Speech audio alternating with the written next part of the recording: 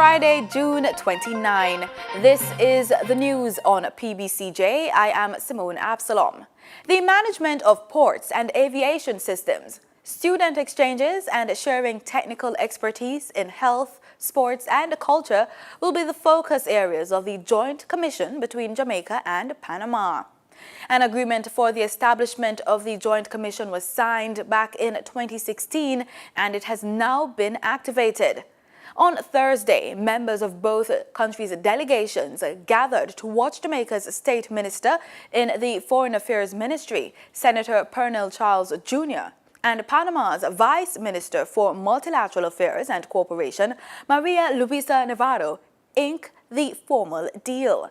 During the press conference at the ministry's office, Minister Charles said the agreement seeks to provide a framework to foster the exchange of technical expertise. The concrete proposals that have been put forward will certainly see our two countries moving in the right direction. Indeed, additionally, the personal contacts that have been made will play a major role in addressing the areas of national priority. Undoubtedly, the discussions and agreements arrived at over the course of the past 2 days will facilitate collaboration on a range of areas of mutual interest, such as education, culture, sports, health, port and aviation administration, as well as tourism. The civil aviation authorities in both countries are moving to develop a communication protocol, and the State Minister is pleased with the attention on airspace safety. In my view, the decision to cooperate in the development of an air traffic services inter-facility data communication will most certainly put Jamaica in a better position to have timely and reliable exchange of data for the safe conduct of flights. On the matter of cultural exchange, the Public Broadcasting Corporation of Jamaica led the pack with a 3-year deal for the exchange of television content between both countries. We are pleased to offer assistance to support the government of Panama in its efforts to develop cultural Afro-descendant community tourism, and we are equally pleased that our two countries will exchange programming content for the use in public broadcast with a focus on culture and people-to-people exchanges. I am aware that the Public Broadcasting Corporation of Jamaica and Panama's public TV station, SER-TV, are quite eager to commence this project in October. Panama's Vice Minister for Multilateral Affairs and Cooperation said the 2-year time frame used to develop the bilateral framework was commendable based on the complexities of international relations. She implored both countries to ensure that the agreement bears fruit. But a joint commission, I have to add, becomes successful only if our institutions are empowered and believe in their initiatives. We highly encourage our Panamanian delegations here and our counterparts in Jamaica to pursue their objectives. We will accompany you from the Ministries of Foreign Affairs. It will be our common journey. As Jamaica prepares to host the CARICOM Heads of Government Summit next month, the government is pushing for a more effective implementation of the CARICOM single market. This was disclosed by Foreign Affairs and Foreign Trade Minister Kamina Johnson-Smith at a CARICOM press briefing at the ministry's New Kingston office on Thursday. With Jamaica set to assume the chairmanship of the regional body in July, the ministry reiterated the island's position on the effective execution of the single market. Our view is that it might be better for us to focus on the market, on the single market, which addresses matters of movement of people, movement of goods, movement of capital, and movement of services. If we focus on those areas, that perhaps we will be more successful in ensuring that the realities inure to the benefit of our respective peoples. We proposed as well, and as was agreed in the resolution, that a period of 5 years should be proposed to meet objectives under a program of action for full implementation of the CSM. But what happens if the 5-year deadline is not met? What had been put forward by the Commission was that Jamaica would assess whether it would remain a member of CARICOM, but that it would adjust its participation in the CSM, or in the CSME. So that essentially we would be party to some arrangements, but not others. And we wouldn't be bound by all of the requirements of the Treaty of Chaguaramas as it currently exists. Recently, Prime Minister Andrew Holness tabled a copy of the report of the Commission to review Jamaica's relations with the CARICOM and CARIFORUM frameworks in the House of Representatives. CARICOM was formed back in 1973 with the signing of the Treaty of Chaguaramas, and it was revised in 2002 to move for the establishment of a single market and economy.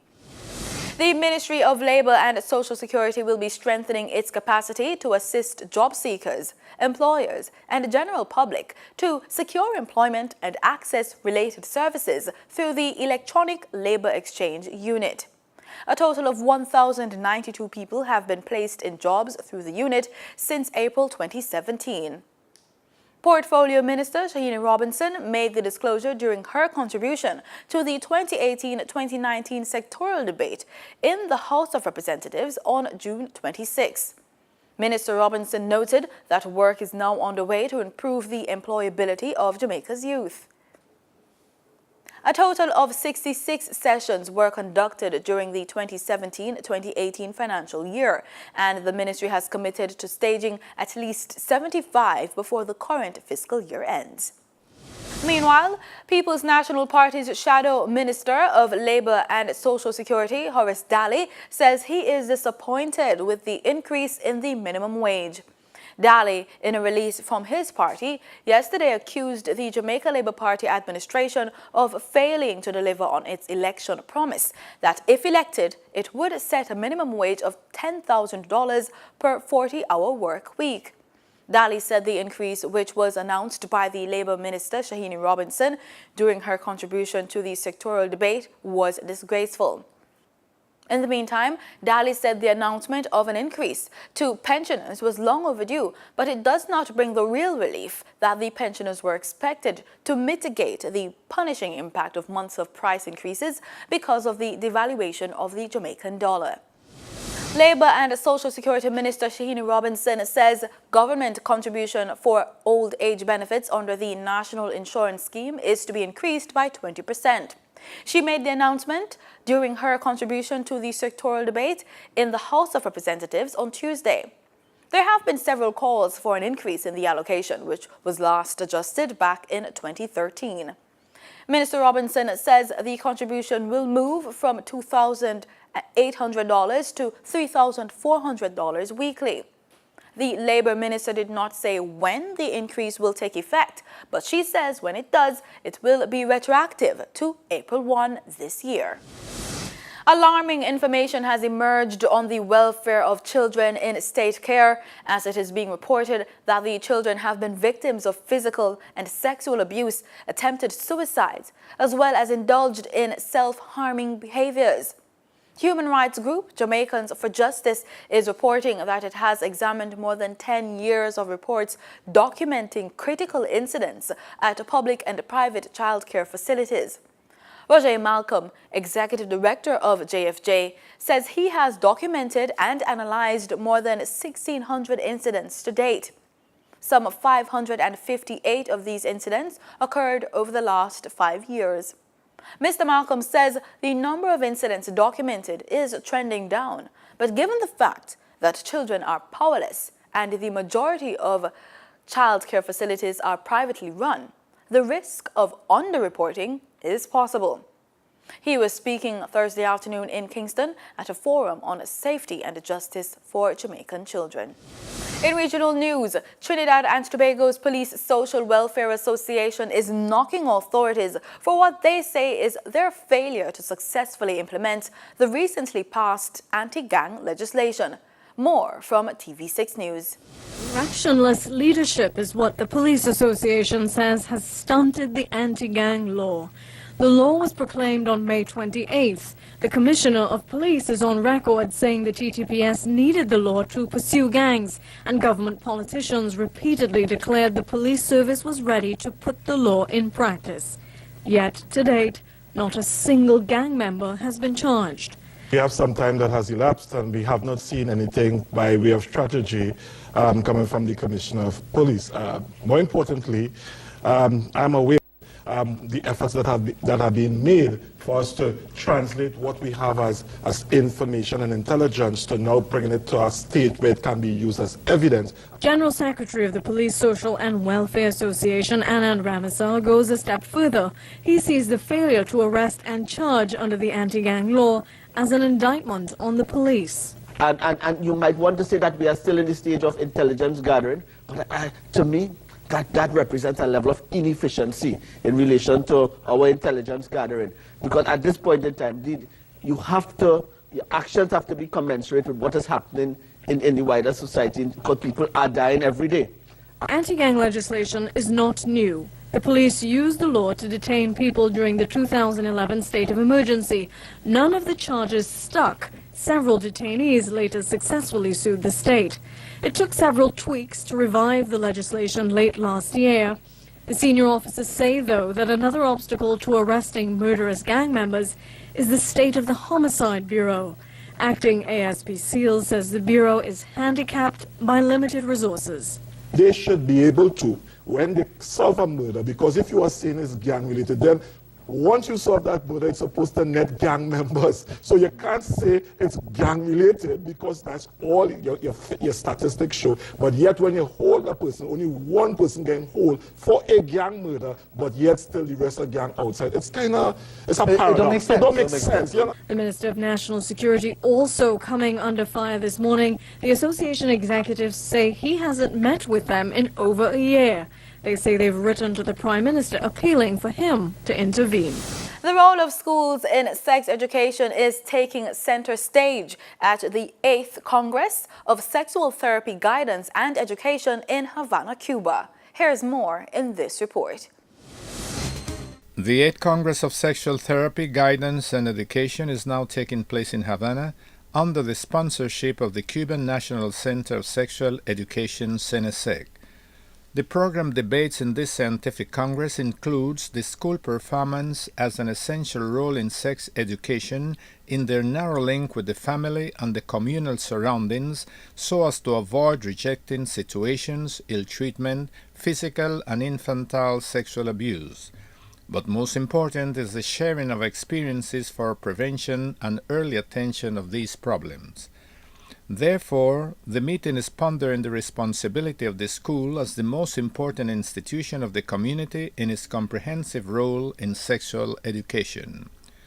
According to Master in Science Manuel Vasquez Seijillo, Deputy Director of CENESEC, the Congress is debating concerns like homophobia, maternity, paternity, and other issues that will surely have its impact in the constitutional amendments that is now in process. The Cuban Minister of Education, Elsa Velázquez, and Mariela Castro Espín, Director of CENESEC, presided the congressional opening of the 8th Congress of Sexual Therapy, Guidance, and Education, which is hosting experts from Latin America, Europe, and the United States of America. Direct from Cuba, Richards, Canal Caribe.